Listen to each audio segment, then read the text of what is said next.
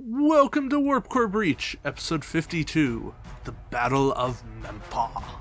The forces that remain loyal to Gowron and the forces of the House of Duras are engaging in the Mempa system, and strong reinforcements will be the key to victory. Whoever wins this battle will gain control of the Mempa sector and will have a decisive hold over the system. Will your reinforcements arrive in time, or will you be routed by your opponent? Well, these are the questions I want answered because the Battle of Mempa is shaping up to be a very interesting scenario indeed, and a far cry from your standard joust. Indeed. Reinforcements make me go, ooh, tell me more. Not only reinforcements, but starting with only a fraction of your force. That's what's really got me looking at it. Yeah, if anybody enjoyed the different kind of deployment we got in Search for Spock, this is even more wonky. Oh yeah, there you still had all your forces to line up. Here, you start with one model alone, and then build yourself up over the course of the game. Yes, so for the map, you're going to start in the center of the board along your back play area. And then there are 4 objective tokens that are placed range 2 away from the corners.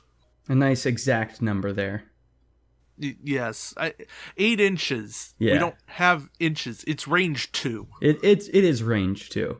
I wish they used range 2 because that actually has meaning in Attack Wing. And these objective tokens only represent points in space and are used for reference only. There's no overlapping them. There's no silliness when firing through them. They're just there to mark out that these are 4 different sectors and to hold on to mission tokens as you collect your reinforcements.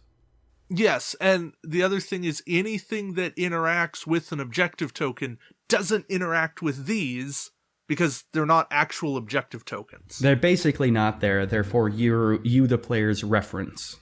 Yes, they're what they are. Anyways, as Craig was alluding to, each player begins the game with only one of their ships in the play area.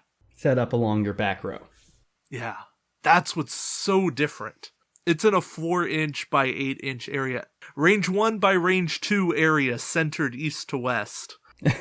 Along the north and south edges of the play area, again, with this whole compass thing. Yeah. Kind of silly, but it gets the point across, especially when they've got a labeled diagram right next to it. Yes. And then all of the other ships begin the game on top of their respective ship cards. These ships are all considered reinforcement ships, and you place a mission token on top of each of these ship cards. Think the ship you dock inside of the Borg cube with sphere port. Yeah, it's just hanging around, waiting to show up, waiting for its turn to start playing. Yes, that'll be interesting. Oh, I definitely agree with you there. It's going to be strange to see what people decide to take as their starting ship, in what order they decide to bring their reinforcements in, and whether or not they've set up any gimmicks regarding the fact that they're going to be bringing in reinforcements. We're going to see far less shuttles this time around. Oh, hopefully. I've been abusing shuttles recently, and it is sickening. Mm-hmm. The other good thing, we're back with the Klingon fleet rules. The discount for Klingon ships, or non-Klingon ships with at least 1 Klingon card assigned to it. Yep, that's the Klingon Civil War for you. Adding those building discounts for anyone who wants to mess with any Klingon upgrades. So we will not repeat those rules. If you want to hear them, go back and listen to Attack on Gowron. Mm-hmm. Or read it for yourself. So, as you'd figure with mission tokens, we have 4 sectors. The play area is divided into 4 sectors, and the objective tokens in the corners of the play area represent the center of each sector. Try saying that 5 times fast. Oh, you did. I did, and I did it wrong. A ship is considered to be in a sector if it is within range 2 of an objective token. If a ship is within range 2 of 2 different objective tokens, you must choose which sector you're in. Now, here's my first issue with the scenario, is that it doesn't declare in which order, between you and your opponent, in which order you declare which sector you're in. I would say captain skill low to high. I would agree, but that is not stated anywhere in the rules, so I think that it's going to have to be on the individual tournament organizers to kind of declare that as a house rule at the start of the scenario. Well, there's precedent for that anytime you need to break ties. Basically, high skill captains should do it last because they would get the most benefit from doing it last. Okay, so the high skill captains just naturally take whichever order is most advantageous.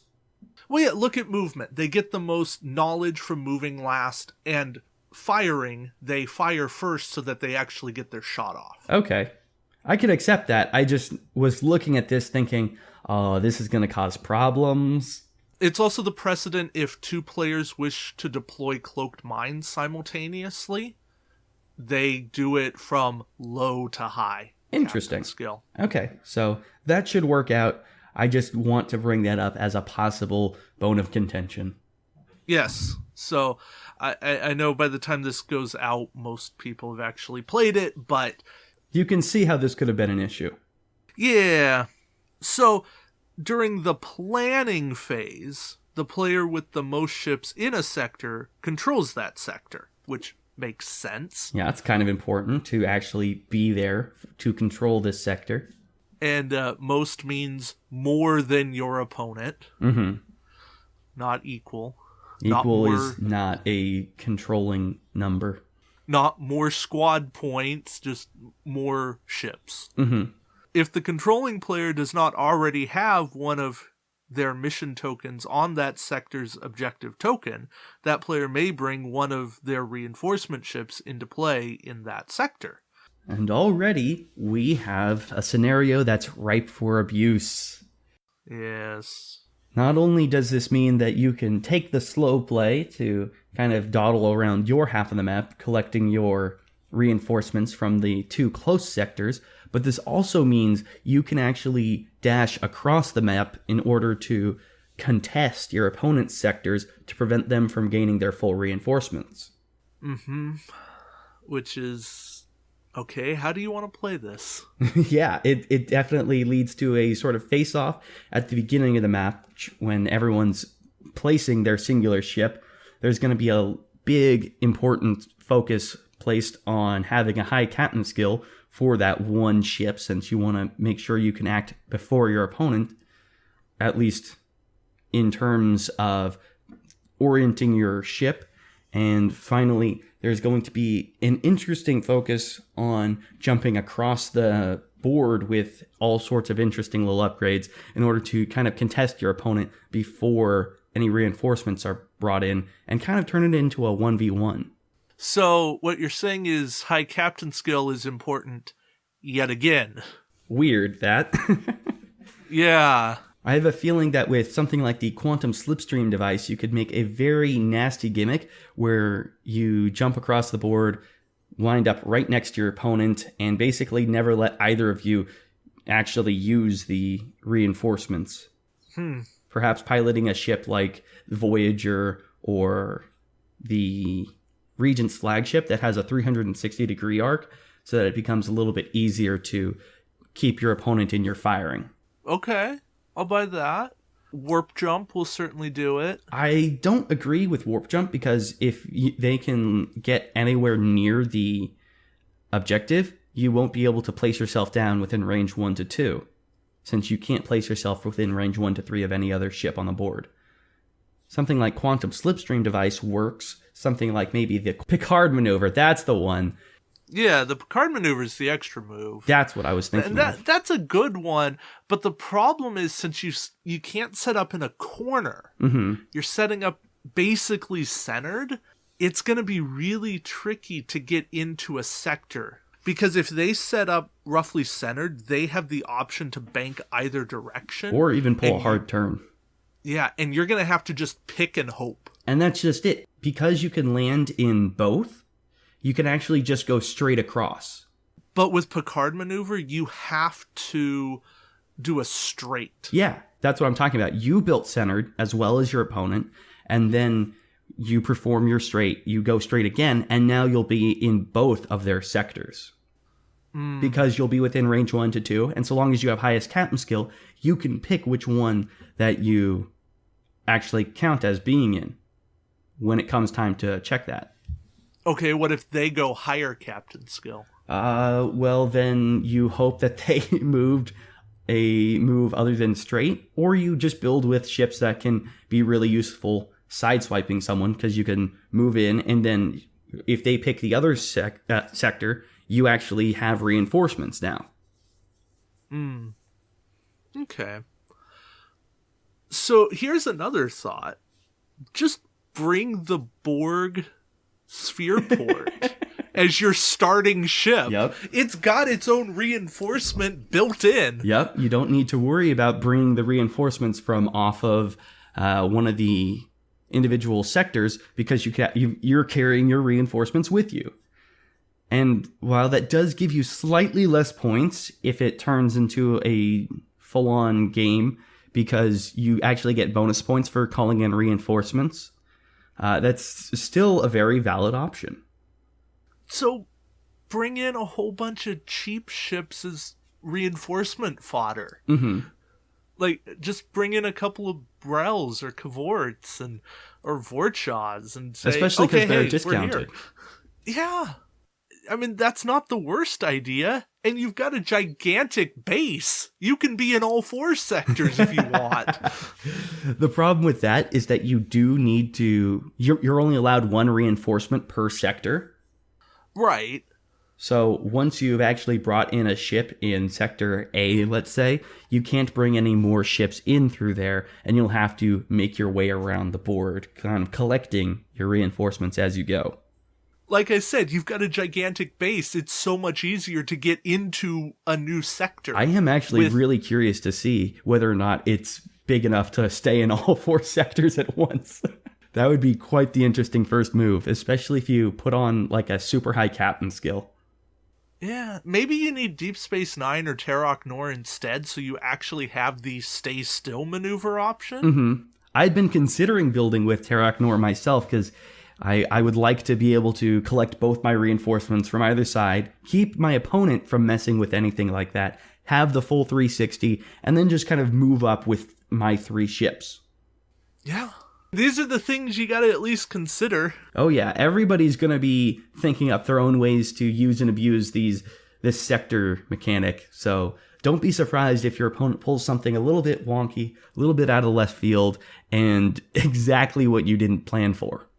And I could see a lot of people doing the first ship that they bring in, having more movement tricks to go and get another reinforcement. Yes, it's going to be interesting to see who's going to actually bring out all their reinforcements, who's going to take 1 reinforcement and just run with it, who's going to try and fight the opponent directly, who's going to kind of just accept the stock up, wait till everyone's gathered their ships before fighting. It's going to be different how each individual match plays out, and I like that in a scenario. So the ultimate objective here is destroy all your opponent's ships.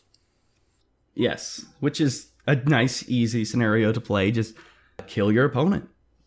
Which can be really interesting. If you can gun them on turn 1, you win. GG. That's their 1 ship. I hope they liked it. Because you don't get a reinforcement until the planning phase. Mm-hmm. So if you actually die turn 1 of combat, that's it. I hope you brought a book or something, because you've got to wait till the next scenario now. That it's a thought. Or get in their same sector, prevent the reinforcement from coming in, and fight. Mm-hmm. Take something with a 360 degree so that you don't have to worry about arc, because you're going to be spending your time getting over there. And once you're there, just don't die. Kill their ship. Stay on their tail. Make sure they don't get into a different sector than you. And you should be able to just hound them down that whole way. Though there is thought that conceivably your starting area is within range 2 of a sector. Which is why it's important to get over there turn 1. No, the reason I say that is there's planning phase before the game even begins. Right? You start the game and you say, hey, we're planning. Bring in a reinforcement. I hadn't considered that. And I don't think that's what the game... I don't think that's what this scenario is meant to do. Correct. I would definitely be on your side in saying that it is not the intention of the scenario that you get reinforcements on turn 1. Because those aren't reinforcements. That's a starting ship. Just in a different location. Yeah, that's a tricky wicket there with the rules. Ah, well. We won't play it that way, will we, Dave? I'm not planning on it, but I don't speak for every venue. That's the case. Okay.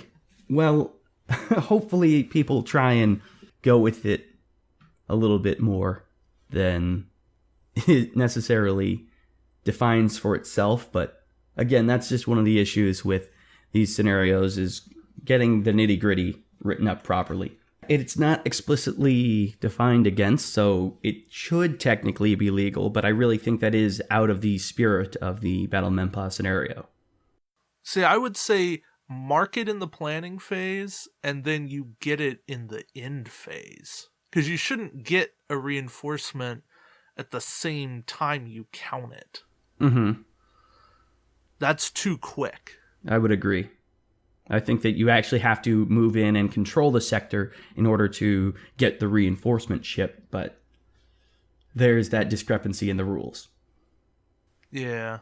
So, all that being said is wait around on reinforcements. Give somebody the chance of turn 1 kill. Yeah, turn 1 just messing with the opponent. And even if it's not a turn 1 kill, at least turn 1 contest their sectors so that no reinforcements show up. Right, because otherwise you're killing a lot of strategy. You're making it much, much closer to a joust. And that's not fun for anybody. No, it's the same old thing. And I'm sick of it. Now, it is important to read out the specific rules for the reinforcement ships.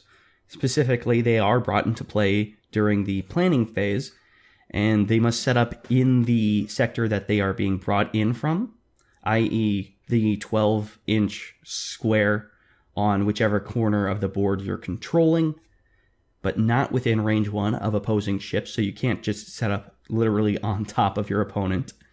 You can face your ship directly at the opposing ship at range 1 tops, but not within.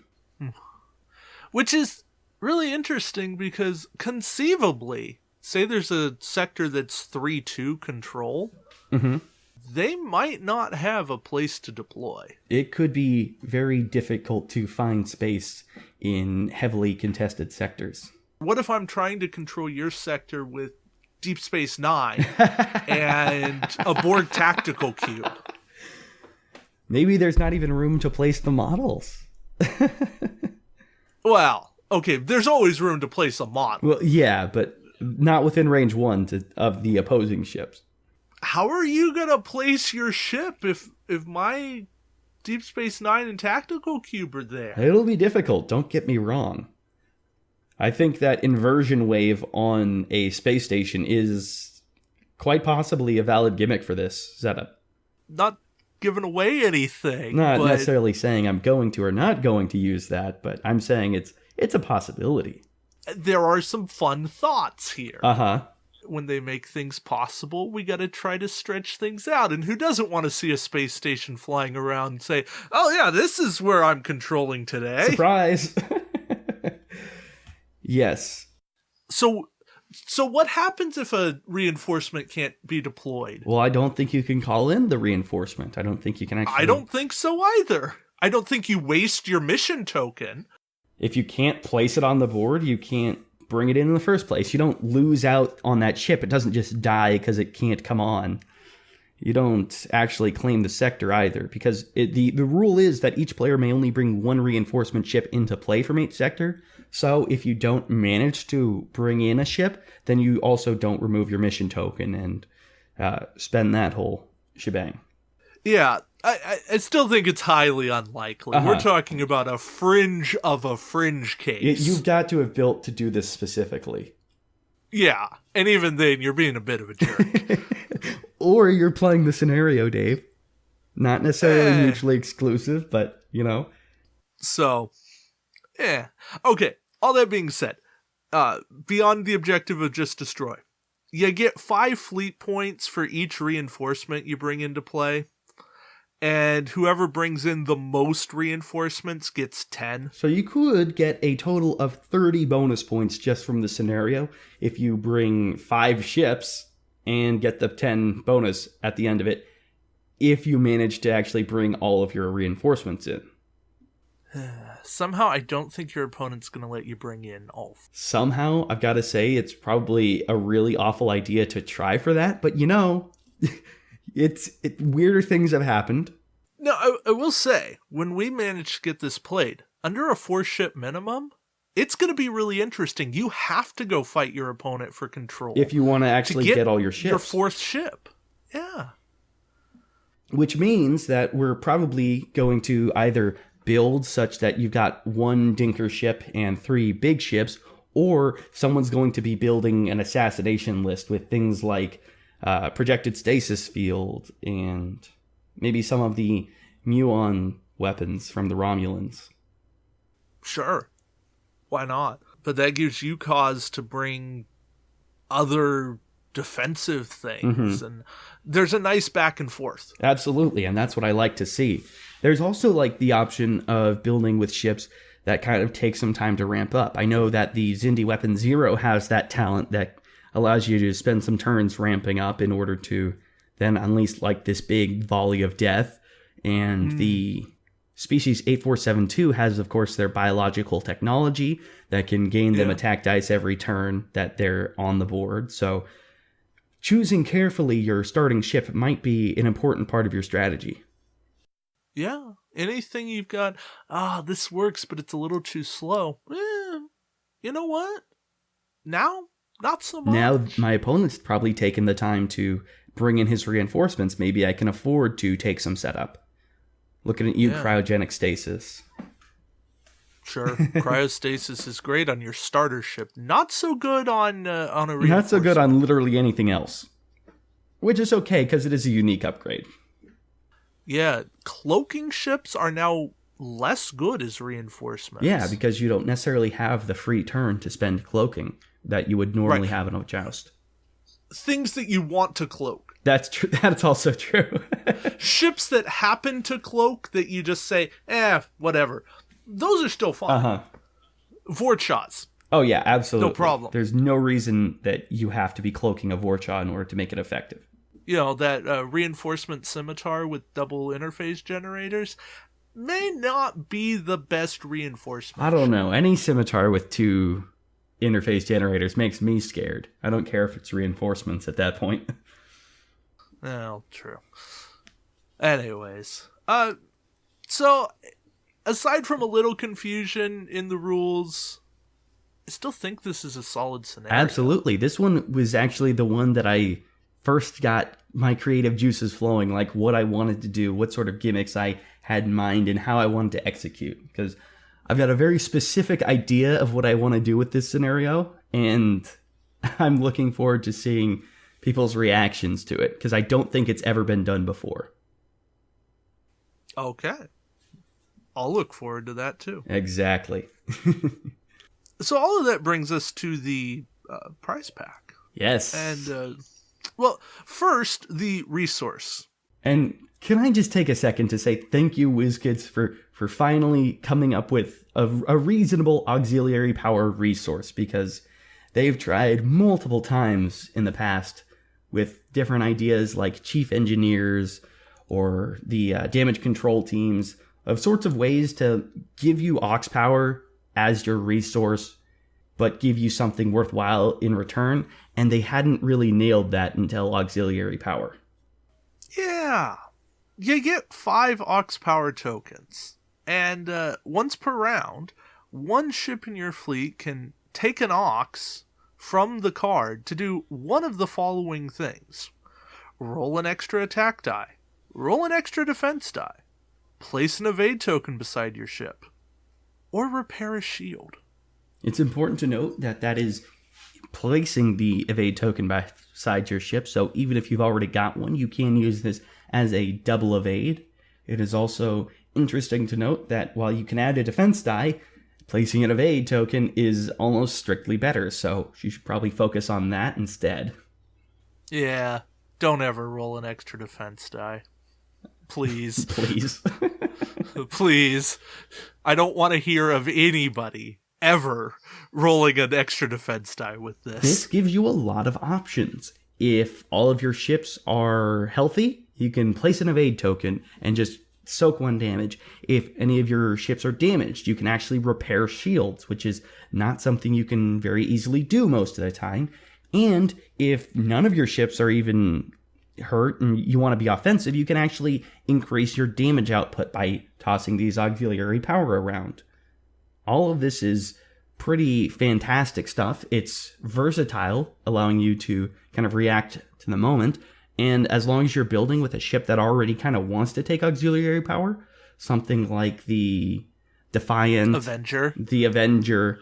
Oh, the Avenger just loves this thing, but I'm talking about things that actually give you extra bonuses in exchange for Aux power, like the Defiant, the Bioship Beta. There's also a few Klingon ships that take Aux power. So long as you're already placing Aux and know that you're never going to be, quote, clearing it all, then auxiliary power is free stats. And 5 points for free stats, 5 points of durability is not a bad exchange. The Enterprise. Yeah, the Enterprise works perfectly. Aux power? What Aux power? He doesn't even care. That's the one I was thinking of. But yeah, so the only thing I worry about, this doesn't tell you what timing. I wasn't going to bring that up. I was hoping you were just going to ignore it, and we were going to assume that it could just be used when it's reasonable to be used.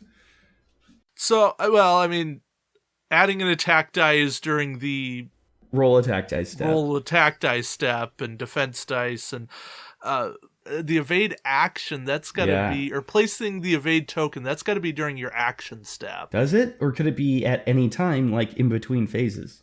Well, okay, I guess it could be between phases. That's what I assumed, and I just didn't want to bring that up because WizKids is silly about that. But remember, that's now between actions and the start of combat, not between any two ships' combats. Correct. So you don't actually get the chance to see how combat goes before using this. You have to use this going into combat in order to place down the evade tokens. But repairing a shield, that's going to fall into that same timing window. Correct, but you can actually use that between phases. Between the combat phase and the end phase, which is more useful, I think, being able to repair damage that you actually have seen happen. Sure. But otherwise, it's just a incredibly versatile resource. 5 points, you get 5 Aux power, and you can sprinkle them around your fleet as you best see fit to repair damage and add to your combat strength. And I think that as long as you're building with this in mind, i.e. using some of those ships that either want or don't care about Aux power, then this is going to be a pretty useful resource, which is something I wasn't necessarily willing to say of the previous iterations of the auxiliary power resource, like Chief Engineers and such. Yeah, no. But this one's good. Yes, I like this one. I like it a lot. It pays for itself, period. Mm-hmm. Even if it was just for extra attack dice, yeah, it would be worth one it. extra attack die for 1 Aux power is not unreasonable. There's a captain that gives you that. And I think he's also an action. He's not. Oh, well, yeah. He's skill 5 is his problem. That's why. I knew there was something I didn't like about it. There's got to be some reason you wouldn't use that, otherwise you'd use it. But the fact that this has more, that's what makes it good. Yeah, it gives you options of 1 durability for an Aux power, which is something I'm willing to take. My problem is it's in an era with Fleet Commander, and I'm not sure that it's going to see the love that it should. If it had come out 3 months ago, I think it would have been one of the top resources. I still think that it's got the potential to see a lot of love, just because I think Fleet Commander has had a lot of hype, and I think people are either going to get sick of Fleet Commander and stop bringing it out of principle, or they're going to kind of get tired of Fleet Commander and think that they can do better with their resource. Yeah, fair enough. It's not, Fleet Commander is not an easy resource to build around, just because it actually places those points on a ship, whereas every other resource practically isn't putting those resources on a ship, isn't putting them in danger. They've got to table you if they want your resource. Not so with Fleet Commander, and I think that's one of the advantages that auxiliary power has. Granted. So, enough love there. Yes. Let's move on to the IKS Hegh'ta.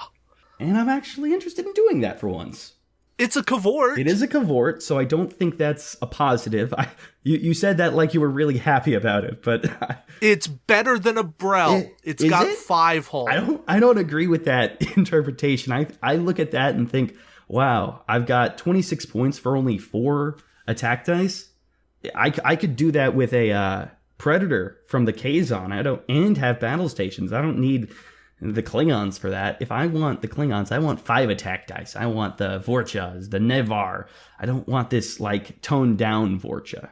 It has 2 crew slots. This does have 2 crew slots, but we just received the Bortos, which is another Vorcha class with 2 crew slots. So I think that's less of a selling point. But what I think is really interesting about the Hegh'ta is the named ability.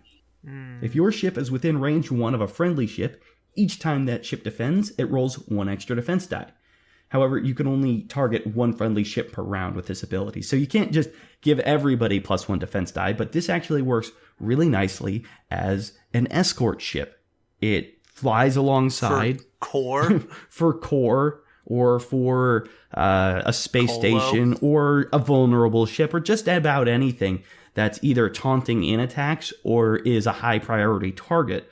Being able to just throw an extra defense dice on a ship without adding any upgrades or anything is really difficult to do. And so now you're getting a ship that is allowed to just boost your other ship. It's kind of like a modified version of the Kumari from the Independent faction, in that it's a support ship, yes, but it kind of supports passively. It's not something you really need to worry about. Spend a few points, and now you're getting extra survivability.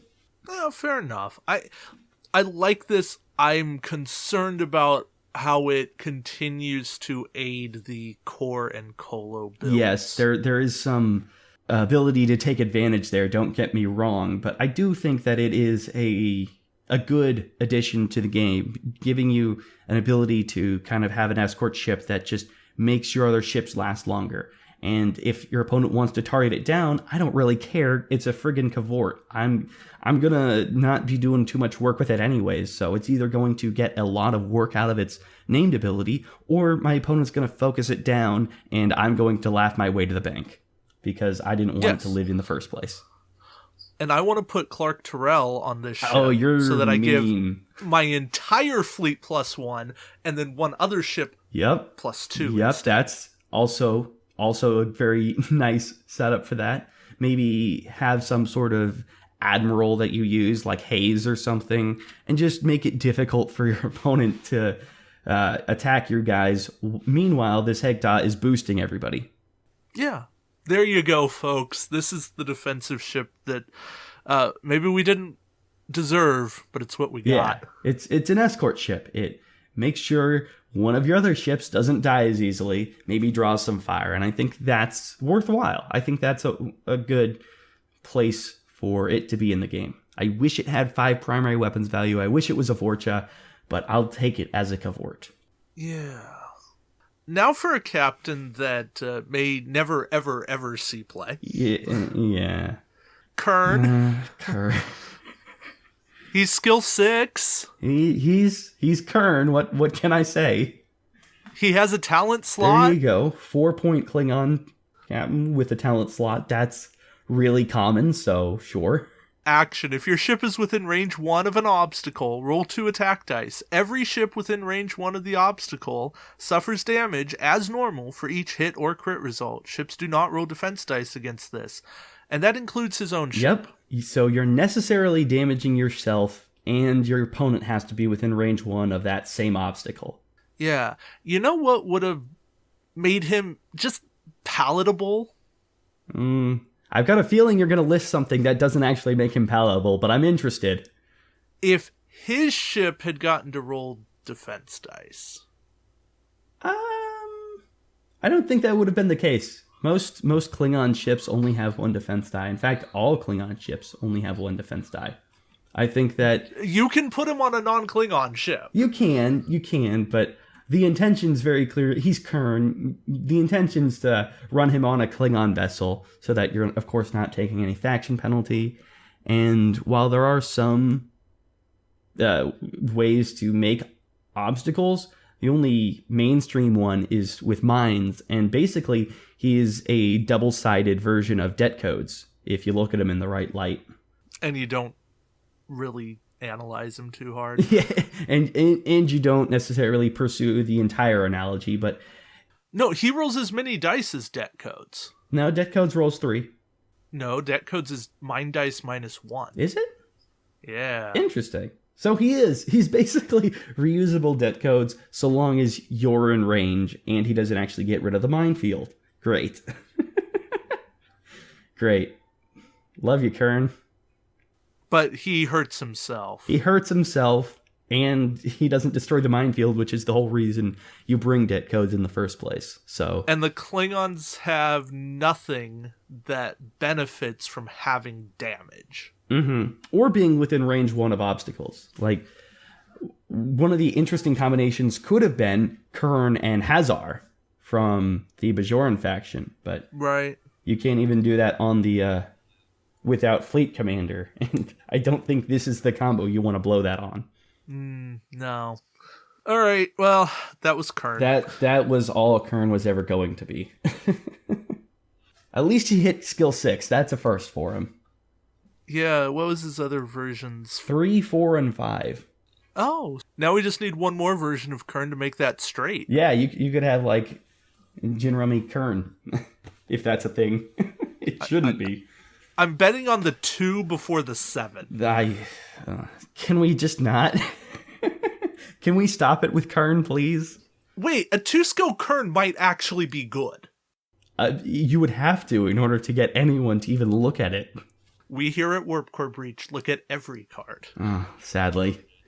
Next up is On My Command, the 5-point elite talent for the Klingons. It is unique. During the combat phase, when it's your turn to attack, you may discard this card to delay your attack until after every other ship has completed their attack.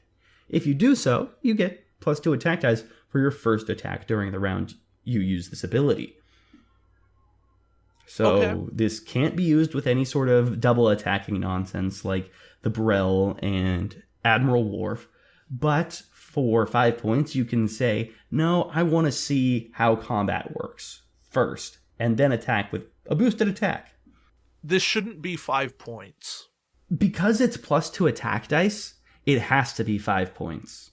The penalty of waiting is a lot, though. I understand that, and I think that the intention behind the design of the card is that that's not a downside, that's a feature. You're choosing to delay because this is an optional ability. You don't have to. This is, you may discard. And so since you've got that versatility of choosing to delay for the bonus dice, I think that the idea is that you use this when you want to see how your other ships fight and what else happens in combat, and then fire, basically taking your high count skill and saying, no, I'd really rather fire last. And this is a talent that can allow you to do that. I agree that it's not good and that 5 points is too much for 2 attack dice, but I think that it adds a little bit of utility that I don't think anyone was looking for, and that's why it's priced at 5 points. Okay, so the lowest skill captain with a talent slot is Admiral Q at skill 2. So run him on that, and then you're probably not sacrificing any captain skill, and that's perfectly legal. Yep. Because you can say, you know what? No, it's my turn to attack. I'm going to wait until all other ships have completed their attacks. Oh, wait, look. there's nobody else? Everybody else is attacked. Hey, I'm rolling 2 more. There you go. And 5 points for 2 points is not good in that case. But I think if you're using this on a high captain and you're intentionally shooting last, then maybe it's worth it. I mean, maybe if you're in a position where you're not going to be attacked because nobody can shoot you, then it's okay. Mm-hmm. Or you're right next to taunt core. Or you get... Wait, could you use this as kind of a counter to SETI eels? You can... No, because you never actually declare the attack in the first place. No. Okay. I'm just trying to find, like, what the application for this is, other than I've got a high skills captain, I don't want shooting first. I just don't see it. Yeah, because SETI eel hits the moment it's your turn to attack. Yeah. Oh, actually.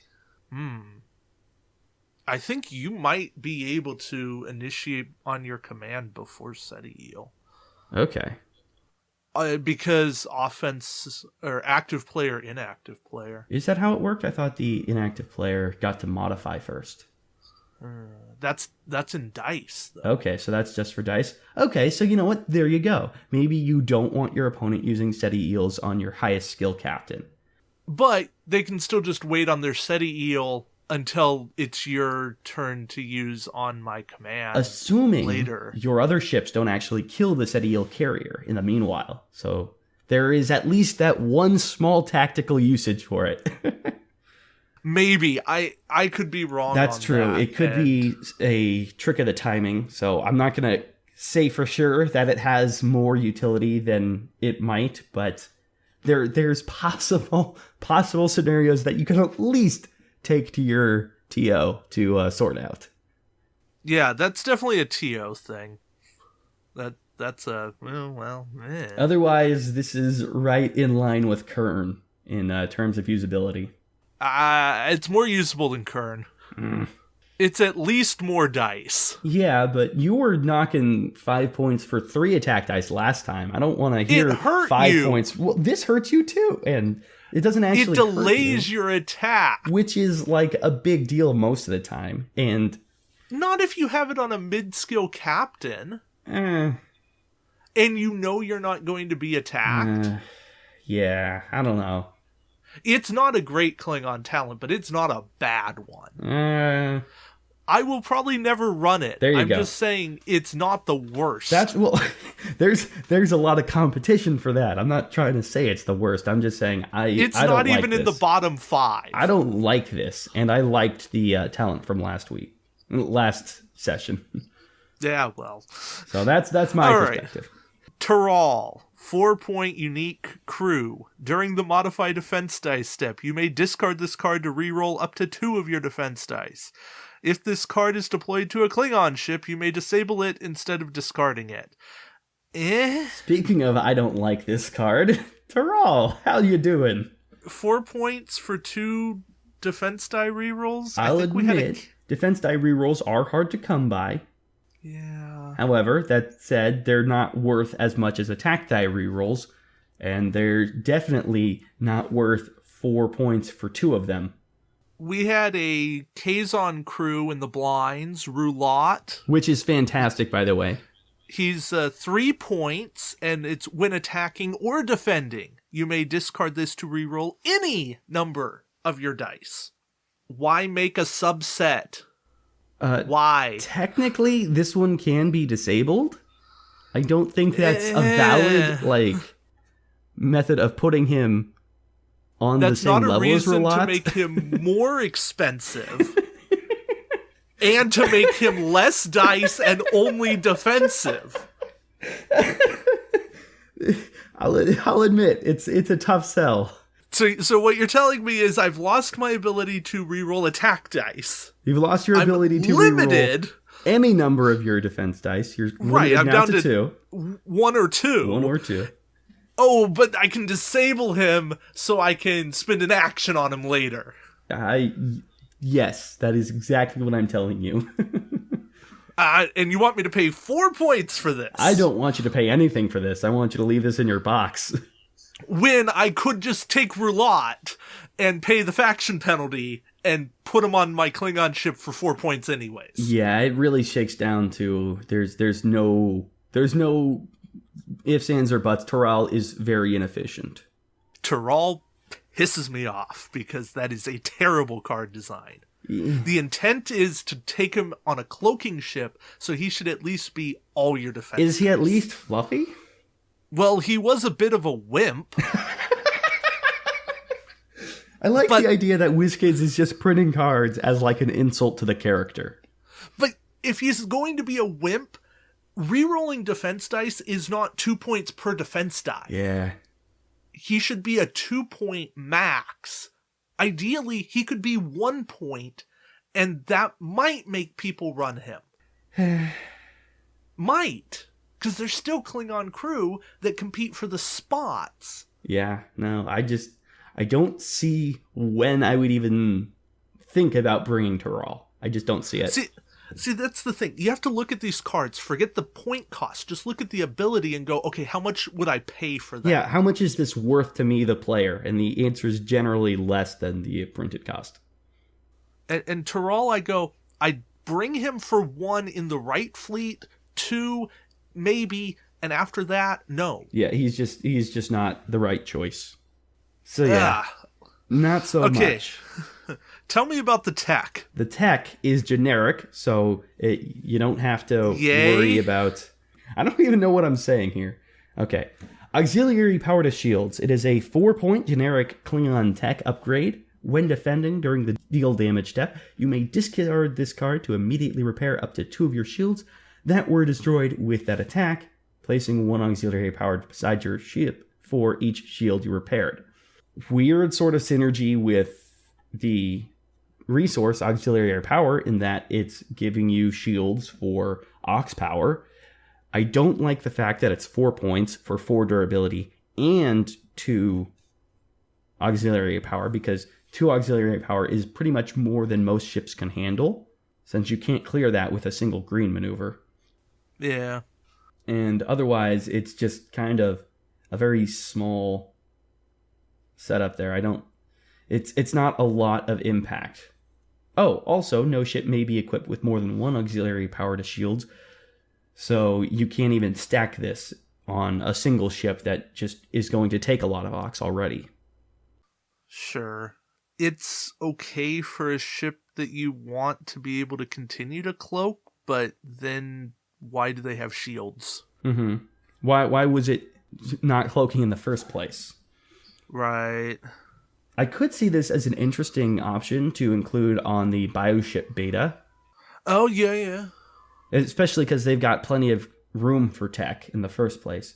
Yeah. But it's just, it's weird because you already have to have shields up, and you can repair some shields after you take damage, so it's effectively durability, but it's also giving you aux power in addition to that, when there are cards that are already efficient, like Quinn, that are 2 points for just take 1 less damage. Prototype. The prototype I could see using this, just make it completely obnoxious to kill. You don't care if you're losing action economy on the prototype, it wasn't doing much with it anyways. Round. Yeah. For 2 rounds. For 1 round. Green. 1 round, yeah. Yeah, okay. It's nice because the prototype has no red maneuvers either, so you're not limiting yourself at all. Yeah, because most of the time with the prototype, I end up evading. Uh-huh. So I could definitely see that much harder to where you would bring this. Maybe on just really defensive ships you don't want to die, ships that you're planning on being around for a while and that you don't necessarily care so much if you have aux power on them. But the thing is, none of those types of ships are Klingons. Klingons are generally very punchy, very aggressive builds where losing action economy can actually severely hamper you. And so having this be a Klingon card basically says to me that every time I want to run it, I'm paying the faction penalty. Yeah, which... Is this 5-point good? Well, it's 2 points of durability. Yeah, and they're in shields, too. Which can be good. So maybe this is worth it to somebody. I'm not sure that it's worth it to me, but I'm not ruling it out. Right now, this is the second best card in the pack. Mm-hmm. It's also interesting because it can be used to keep up shields that would otherwise have been destroyed. Yes, which saves you from crits. It saves you from crits, but I was thinking specifically it saves your improved deflector screen from discarding. Yeah. And this is 4 points as opposed to the 5-point Federation tech that allows you to reduce damage by 2 while you have active shields. So it is technically cheaper than that. Unless you're running it on a Fed ship. True. Then it's the same, then bring both. Yeah, you could also bring both. I like the idea of having this as a hidden con talent tech alongside the tech I just mentioned. Sure. But other than that, it's a weird one. It's not bad, but it's not great either. Because it does have that double-sided, gives you some aux power for the durability. Yeah. So, yeah, it's okay. Yeah, okay, I think is the right way to put it. I can see somebody running it and people going, oh, that's interesting. Yeah, it's a cute include, especially if you're not going to be paying faction penalty for whatever reason. Maybe it's not a big deal. Yeah. Auxiliary power to shields. It's fluffy if nothing else. And the last card, Change Course. It's a non-unique 4-point question mark card. I always like those. This card may fill a crew, talent, tech, or weapon slot, so basically whatever you want. During the activation phase, when you reveal your maneuver, you may discard this card to change your maneuver to any maneuver on your maneuver dial. No ship may be equipped with more than one change course upgrade. I like this. This is Nyota Uhura on any of your slots. You don't have to spend a crew slot on this. And while that does mean you can't stack on cards like Goval and Beverly Crusher or Lean Atlas to reuse Nyota Uhura, you can still just have this there for that one moment where you really need to have the right maneuver and you just didn't set it properly. Yeah. Or lure? What lure? Exactly. It is an anti-lure card. 4 points is a bit much. I think Nyota Uhura is already pushing it at 3 points for this ability. But for the fact that this is a question mark upgrade, I can at least acknowledge it has a place, especially because on almost all of my ships, I end up with extra weapon slots just lying around. Yeah. Who doesn't? Sometimes some elite talent slots that I didn't end up filling. Generally, tech and crew are pretty in demand, though, so... Of course. But it's nice that it's flexible. That's why this being a wild is useful. It's effective at what it does. And I do dislike that it is a Klingon specific in that you're going to pay 5 points for this on anything that's not a Klingon. But yeah. I think that might be worth it, at very least on Klingon ships. And hopefully it can see play somewhere else. I think it's got potential. Mm-hmm.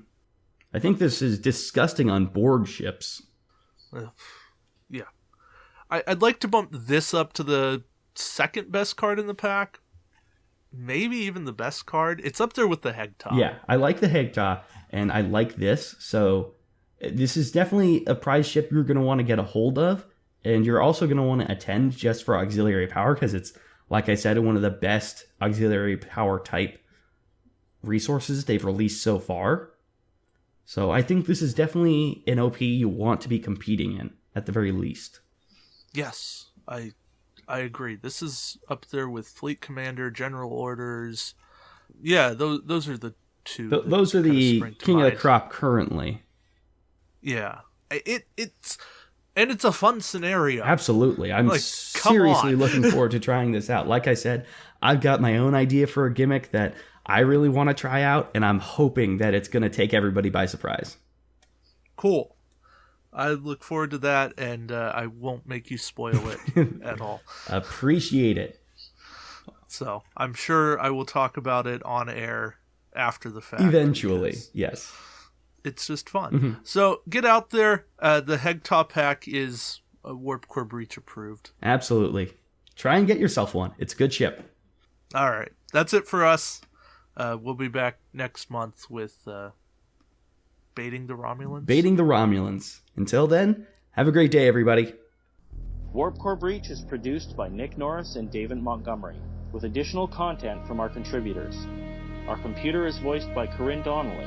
Warp Core Breach is not endorsed, sponsored, or affiliated with CBS Studios Incorporated or the Star Trek franchise. All Star Trek trademarks and logos are owned by CBS Studios Incorporated. All sound files are used under Creative Commons 3.0 by attribution. For specifics, please visit our Facebook page by searching Warp Core Breach Podcast.